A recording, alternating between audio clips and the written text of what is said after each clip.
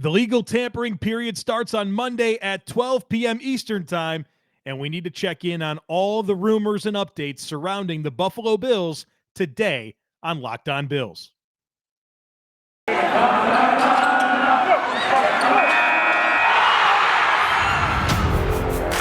You are Locked On Bills, your daily Buffalo Bills podcast. Part of the Locked On Podcast Network, your team every day.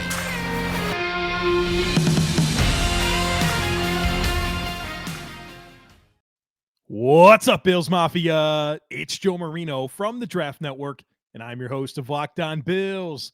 Happy Monday to you, and thank you for making Locked On Bills your first listen every day, or if you're watching us on YouTube, your first watch every day. It's a pleasure to be here on this Monday, and today's episode is brought to you by BetOnline. BetOnline has you covered this season with more props and odds and lines than ever before. BetOnline is where the game starts. It's going to be a busy week in the NFL. Free agency opens technically on Wednesday when the new league year starts, but the legal tampering period starts on Monday at 12 noon Eastern Time. And with that said, today we have got to check in on some of the latest rumors that relate to the Buffalo Bills and just kind of an overall checkpoint as to where the Bills are entering free agency because they've made some moves. So we have to talk about the moves that they've made, and we have to talk about the rumors that the Buffalo Bills are linked to at this point in time as we get ready for a busy week here on the podcast. Let me say this, and part of the challenge with a week like this where you know that the news cycle is going to be very fast and you never know when things are going to happen, there's going to have to be a cutoff every day where the news that we have to that point is what will be on the podcast, and then we'll pick things up the next day. And so I will wait as long as I can to do the podcast, but this is a fluid week. Things could be crazy. Things have already been crazy across the NFL for other teams. And so just understand that we will keep reacting as often as we can, but it's just a tricky week here as it relates to the podcast. So bear that in mind as we navigate this crazy week in the NFL.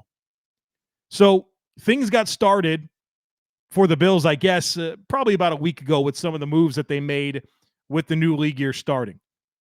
Of course, the Bills re-signed Siran Neal to a 3-year deal, special teams ace, versatile depth player on defense. You know, the Bills continue to tell us that they prioritize special teams and they will pay for players that are good on special teams. If there's anything Brandon Beane has taught us throughout his tenure as general manager of the Bills, it's that he is willing to pay for special teams players. So Siran Neal's back on a 3-year deal. Jake Kumerow, wide receiver, he's back on a 1-year deal. The Bills extended him, and he's a player that obviously his value is as a 4-phase special teamer, but he also contributes in the offense primarily as a blocker. You know, the Bills aren't afraid to put Jake on the field to block in bunch sets, and sometimes when they want to do some perimeter runs, they'll get him going. And obviously, again, the value there is on special teams, but what I really like about this is it's another familiar player back in the lineup for Josh Allen. And while I don't think we should expect much from Jake Kumerow as a receiver, he does have a lot of time on task in this offense with Josh Allen. And if you needed a depth player to step in and catch some passes in a game, you know, I think you could do a whole lot worse than Jake Kumerow, and you love that he's got some established rapport. I think, in fact, Sean McDermott over the summer called Jake Kumerow a glue guy for the football team. And anytime that McDermott says that type of stuff, you can bet on them sticking around. The Bills also re-signed on Sunday wide receiver Isaiah McKenzie to a 2-year, $8 million deal.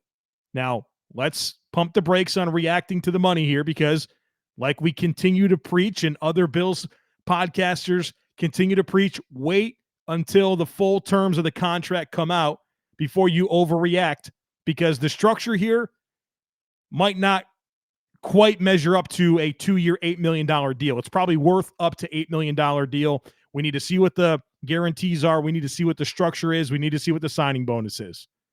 So Isaiah McKenzie's back. And look, good for him. This is a player that he's been around for a while. This isn't a new player to the team, and he keeps on making the roster and finding ways to make an impact. And whether that's been as a gadgety type player within the offense, doing the jet sweeps, taking handoffs, or occasionally having to have a bigger role in the passing game and really delivering in those moments, Isaiah McKenzie has meant a lot to this football team. And I don't think his calling card is ever going to be as a return guy. And so I think we can kind of put that to bed and understand that the Bills paid him 2 years, $8 million to come in and be a more meaningful part of the offense. And I think we should be encouraged by that idea because in flashes, Isaiah McKenzie has performed very well. And so I'm eager to see what he can do in an expanded role on offense that he just has more opportunity. And I think he's earned that, and I'm anxious to see what it looks like. Again, while there's going to be a lot of pieces new around Josh Allen, especially from a coaching perspective, right? New play caller and Ken Dorsey, new quarterbacks coach and Joe Brady, new offensive line coach and Aaron Cromer, and the techniques and protections might look a little bit different there. It's good to have a player like McKenzie back in the mix as Gabriel Davis takes on a little bit more. Isaiah McKenzie takes on a little bit more. You like that the guys taking on a little bit more are players that Josh Allen is familiar with. Now, I don't think that this eliminates the idea that the Bills could go wide receiver in the first round of the draft, especially because now they are going to be paying Diggs. Eventually, you're going to pay Gabe Davis. You've got some money tied up in Isaiah McKenzie, and you're probably looking for some economic options to step into this receiver core. And so I still think that wide receiver is in play for the Bills at some point in the first, second, or third round. So I don't think we dismiss anything there. But I think there's some things that you can look at that give me some encouragement that the Bills are going to incorporate McKenzie more in this offense. At the same time, doesn't preclude them from an early investment in the draft at wide receiver. So they re-signed Jake Kumaro. They re-signed Saron Neal. They re-signed Isaiah McKenzie. Those were the three guys that, as of the recording of this podcast at 8 p.m. Eastern time, just moments after we found out that Tom Brady is not retiring and that Kirk Cousins signed a 1-year, fully guaranteed $35 million deal with the Vikings, Isaiah McKenzie back with the Bills. The other big piece of information that's come out since we spoke last is Matt Haack, right? The Bills had Matt Haack take a pay cut, the punter, and we've talked a lot about Matt Haack. He's the worst punter in the NFL. Statistically, he's dead last in hang time, net yards per punt, average punt, and touchback percentage. Literally the worst punter. He's also the worst punter in the NFL by EPA. It's not close, and he's been bad for a long time. We all know Matt Haack, the value is in the holding, right? He's a great holder, and Jason Sanders with Matt Haack in 2020 was an all-pro kicker, got a big, massive contract extension. This past year, without Matt Haack, Jason Sanders became the kicker for the Miami Dolphins, and the Dolphins had the lowest made field goal percentage in the NFL. Matt Haack is a holder matters. Matt Haack is a punter, is the worst in the game. Now, my initial reaction to this news was that the Bills did something to make the contract more digestible, but that they were kind of committing to him as the punter. That's not the reaction we should have. The only reason to panic about Matt Haack continuing as the punter for the Bills is if they don't bring in any competition. And what the Bills did through this restructure was put themselves in a position to easily move on from Matt Haack because the roster bonus is gone. He's basically getting paid a minimum salary for this coming season, and he's easily moved on from a contract perspective should the Bills bring in competition and that competition beat Matt Haack out. And so nothing to panic over here. We obviously have the full offseason for the Bills to do something here to bring in meaningful competition that we hope takes over for Matt Haack. But in your back pocket, should you not be able to find that upgrade, you still have Matt Haack. Now, I don't really see a scenario where Haack should be able to come in and be the punter. But last year, I think Brandon Beane made a mistake by not having any competition for Matt Haack. There was none. This was his job through and through. And so that's obviously going to change, and the Bills put themselves in a good spot with this restructured contract to move on from Matt Haack should he not win the punter competition. The Bills have also made a couple other moves that we've talked about, but they released John Feliciano, offensive lineman.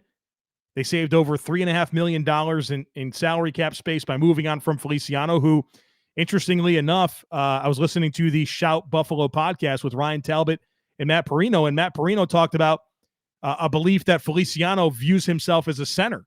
And so that's interesting, and that probably will help him on the market because as a center, I think Feliciano can be covered up a little bit more in pass protection and have some bumpers, right? The guards, where if he's at guard, he gets a little bit too isolated man-to-man and as in blocking in pass protection, and he struggles. And he's obviously a really good run blocker, and so that could be a good career move for John Feliciano. Probably a good signal that Mitch Morse is safe on this roster. And it's always been my expectation that Mitch Morse is safe on the roster. Of course, the Bills moved on from A.J. Klein, freed up over $5 million in salary cap space. The two players to keep an eye on right now, in my mind, as far as players the Bills could release, that's Cole Beasley, wide receiver, and I think signing Isaiah McKenzie, bringing him back on a 2-year, $8 million deal, that's probably not a good signal for Cole Beasley being back in the fray next season. And so I'd be looking for him to be either cut or traded. If he's traded, I would expect a late round pick, 6th, 7th round at best. And the other player is Darrell Williams, where the Bills have an opportunity to create some space there. But here's what's interesting, right? The Bills are cap compliant right now. They're in a good spot in terms of not being over the cap. They've done what they needed to do to get under the salary cap. And so with the league year starting on Wednesday and the legal tampering period opening on Monday, there's no reason at this point to make additional cap creating moves when you don't know what's coming. You're not going to cut Darrell Williams if you're not able to find meaningful options in free agency to come in. So go ahead and hold on to Darrell Williams. If you agree to a guard in free agency that you like better, or there's a couple offensive linemen that you like better, then by Wednesday, move on from Darrell Williams so that way you can become cap compliant to absorb those new contracts. And so if you're sitting back wondering why hasn't Brandon Beane done more to create cap space, understand that there's a lot of smart, there's a smart strategy behind that to not create more cap space than needed to create unnecessary holes. Know how you're going to fill those holes first, and then before the new league year starts on Wednesday, then come through with your additional salary cap savings moves. Now, I'm also looking for some extensions. I would love to see Stephon Diggs, Dawson Knox, Mitch Morse, Jordan Poyer. I'm not sure if any of that stuff is imminent or not, but those are the things that I'm keeping an eye on from an existing player's perspective. If they move on from Beasley, if they move on from Williams, and if they look to restructure or extend anyone else. Real quick, I do want to talk about expectations, right? What should we expect from the Buffalo Bills in free agency? And I can feel it from the fan base. I interact with a lot of you guys on social media, and I read a lot of your tweets, and I can feel a lot of urgency from the fan base for Brandon Beane to do some stuff, right? Get some new players in here. Do what's necessary to push this team over the hump to go play in the Super Bowl. So let's talk about a couple of things here to help us have the right expectation, right? Because expectations minus reality equals disappointment. All right. So it's very good to have the right expectation. That way you won't ever be disappointed. And so listening to every word that Brandon Beane has said leading up to free agency, his tone that I can gather when speculating about moves and trades and all that type of stuff is very much, I don't know. We'll see. We'll see. I don't know. We'll see. All right. And that's been his tone, right? He said a lot more than that, but I think it all kind of boils back to, we'll see how that goes, right? I'm not sure at this point. I don't know. So he's either trying to manage the fans' expectations because it's going to be quiet, right? Or Is he keeping things close to the vest because he's planning on being active and obviously doesn't want to tip his hand? Here's 3 things that we know about Brandon Beane that can help us set the right expectation for free agency. First of all, he's very good at his job. Very good. He's one of the best general managers in the NFL. He knows what he's doing. Good at his job. He's proven it. He's built a Super Bowl caliber roster in Buffalo that's been on the field for the last 2 years. He knows what he's doing. Number 2 is that he does have a plan. So if you're sitting back right now thinking that Brandon Beane is asleep or anything like that, he's not. He has a plan. He's a planner. He's very meticulous. I promise you that the Buffalo Bills have a well thought out strategy to attack this entire offseason, including free agency. Number 3, he's told us time and time again that he believes in drafting, developing, and re-signing his own players. That has been his bread and butter. There's been some outside moves that have helped, right? You think about John Brown. You think about Cole Beasley, Steph Diggs, Mitch Morse, Darrell Williams. There's been a lot of good outside moves that have helped this team get to where they are. But the bread and butter is drafting, developing, and re-signing. Look at the roster. Of the 22 starters on the Buffalo Bills, 15 of them have never played for another NFL team. The reason the Buffalo Bills are a Super Bowl contender more than anything is because they've drafted, developed, and re-signed. And so maybe this free agency period is going to be quiet. And if it is, just understand that this team-building philosophy is one that they believe in, and it's working. So if you're going to scratch and claw at the air and wonder why Brandon Beane isn't doing anything, remember his core team-building principle, draft and develop. And the reason the Bills are a Super Bowl contender more than anything is because they've been true to that philosophy. Maybe he'll make some moves to push the team over the hump, but the backbone of this team is going to be draft and develop. Folks, we talk about Built Bars all the time here on this podcast. They are the world's best tasting protein bars, but I got to ask you, have you tried the Puffs? If you haven't, then you're missing out on one of Built Bar's best tasting bars. Puffs are the first ever protein-infused marshmallow. They're fluffy, they're marshmallowy. They're not just a protein bar, they are a treat, and they're covered in 100% real chocolate because all Built Bars are covered in 100% real chocolate, and they're healthy for you. Most Built Bars contain 130 calories, 4 grams of sugar, 4 net carbs, and 17 grams of protein. They have tons of great flavors: mint brownie, coconut almond, raspberry, and they have new flavors coming out all the time. And at Built Bar, it's all about the taste. They make it taste great first and then figure out how to make it healthy. And I don't know how they do it, but they pull it off every time. Got a deal for you? Go to Built.com, use our promo code LOCKED15, and you'll get 15% off your order. Again, that's promo code LOCKED15 for 15% off at Built.com.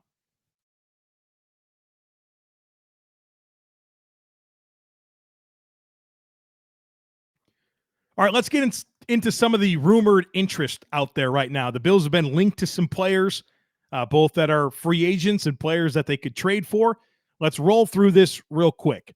The first one, Evan Ingram, New York Giants, former first-round pick, a tight end slot hybrid type player. And according to Dan Duggan of The Athletic, the Bills are the top suitor. I'd expect him to get paid somewhere in the $7 to $8 million per year range. And he's obviously a big athletic dude that's made some really explosive plays and really kind of functions as a big slot receiver. And so the Bills kind of have that player already in Dawson Knox. And so maybe this is a signal that they want to do a little bit more 12 personnel and get some bigger bodies working from the slot from time to time. And it's interesting to me. I think that there's a lot of appeal and interest to me in Evan Ingram. I will say that whenever I think Evan Ingram, I think of two things more than anything: drops and injuries. Dude's always banged up, and he's got some issues with drops. I understand that he's a potent weapon. I would hope that if he came to Buffalo, a lot of those inconsistencies, both from an availability perspective and at the catch point, would improve. But I can't help but be honest with you. I think those are the two things. When I think Evan Ingram, I think drops and injuries. He's a potent player. And maybe he will come to Buffalo and be the best version of himself and really help this offense. The next player is Chandler Jones, Arizona Cardinals pass rusher. According to Jordan Schultz, Jones is expecting $15 to $18 million per year on the open market. The Seahawks, Broncos, Dolphins, Falcons, Bills, and Eagles are rumored to have interest. You guys know I'd love to bring in Chandler Jones. He'd be the perfect veteran in the room for that young defensive end trio. He would elevate the Bills' pass rush. He's going to be expensive. And so you'd have to do some creative things to bring him on. But I would not be upset if Brandon Beane were able to pull that off. The next player is Danielle Hunter from the Minnesota Vikings, defensive end. I think he's 27, 28 years old. According to Jeremy Fowler, his tweet reads, multiple teams have inquired about the trade availability of Pro Bowl defensive end Danielle Hunter per sources. While the Vikings aren't believed to be actively shopping Hunter, multiple execs believe he's available due to cap issues and Hunter's $18 million roster bonus due on March 20th. So look, obviously a high impact player at a premium position. Wouldn't hate it. Probably going to cost you your first round pick. And you're going to have to get creative. You bring in Danielle Hunter, you got to figure out a way to get him to fit within the cap, right? You have that $18 million roster bonus is something the Bills would have to figure out if they were to bring him in. And so similar type deal with Chandler Jones. If the money works, you love to bring in this player, but it could be challenging. The next one is Fletcher Cox, and this one also courtesy of Jordan Schultz. The tweet reads, Eagles are receiving a lot of interest for six-time Pro Bowl defensive tackle Fletcher Cox. League sources say the Bills, Steelers, and Chargers are all interested. The Eagles aren't necessarily in a rush either when it comes to a possible Fletcher Cox trade. There is a $15.9 million option for Cox in July. That would clearly trigger an extension or restructure for any acquiring team, but wouldn't be dealt with until then. That second part of that about triggering an extension comes courtesy of Greg Thompson on Twitter. And so, look, I'd love to bring in Fletcher Cox, be a major addition to the interior of the defensive line. More of a 3-tech than a 1-tech, but obviously you can get him and Oliver on the field at the same time on passing downs. And I'm sure you could probably play Fletcher Cox at the 1. He's a guy with really no limitations. And so would love the idea of bringing in Fletcher Cox. Again, you got to figure out what to do about that $15.9 million option for Cox in July, but, would be a great addition to the Bills defensive line. The last player I'll touch on here is Christian Kirk, who's been a rumored player for the Bills, at least I think because he hung out with Josh Allen this offseason. Tom Pelissero believes that Kirk will get a deal that pays him $15 million per year or more. So that seems like a bunch of money for Christian Kirk. And that's kind of crazy to me because I think Michael Gallup's a better player. And Gallup just signed a new deal with the Dallas Cowboys, 5 years, $62.5 million. So I'm not sure why Christian Kirk would get 15, but this is the world we live in with free agency. I would say a hard pass for me on that $15 million per year price point. I would earmark that money for Gabriel Davis, and I don't think you can really have big money tied up on 3 receivers. You can't be paying Diggs, Davis, and Christian Kirk north of $15 million a season. That's not going to allow you to have a balanced roster. And so that's going to be a pass for me if that really is his price point. It's that time of year again as college basketball's tournament is finally upon us. From all the latest odds, contests, and player props, BetOnline.net is the #1 source for all of your sports betting needs and info. BetOnline remains the best spot for all of your sports scores, podcasts, and news this season. And it's not just basketball. BetOnline is your continued source for all of your sports wagering information needs, including live betting and your favorite Vegas casino games. Head to the website or use your mobile device to learn more about the trends and the action because BetOnline is where the game starts.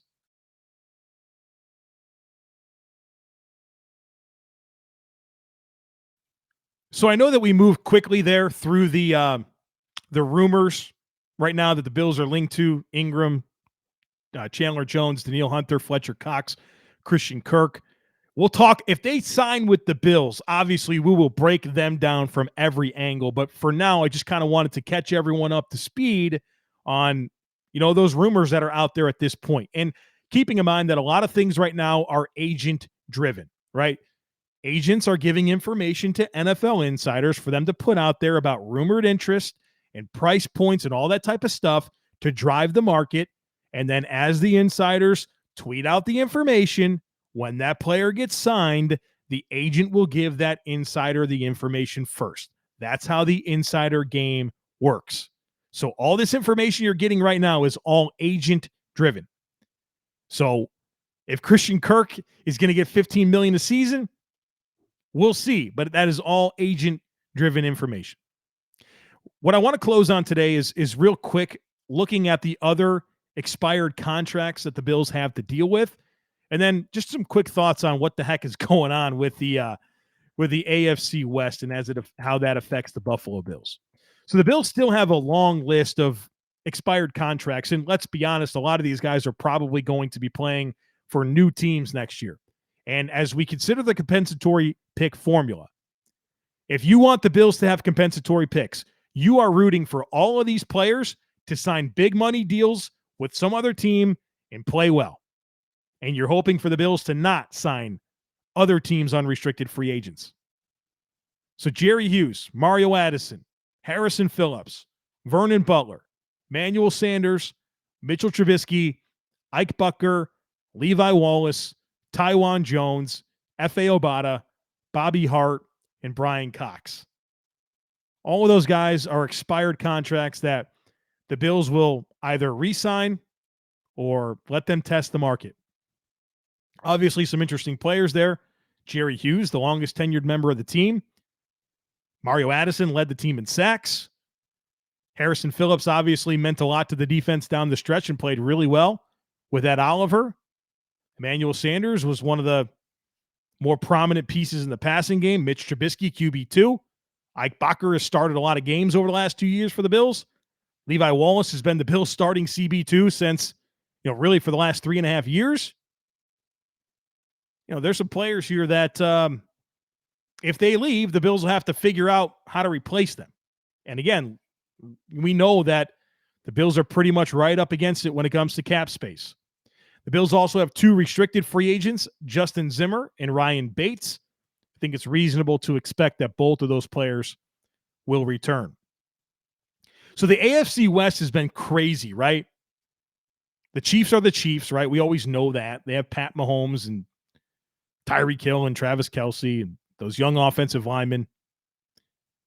But Russell Wilson was traded to the Denver Broncos, and they still have a lot of cap space. They still have like 5 picks inside the top 120 after trading for Russ Wilson.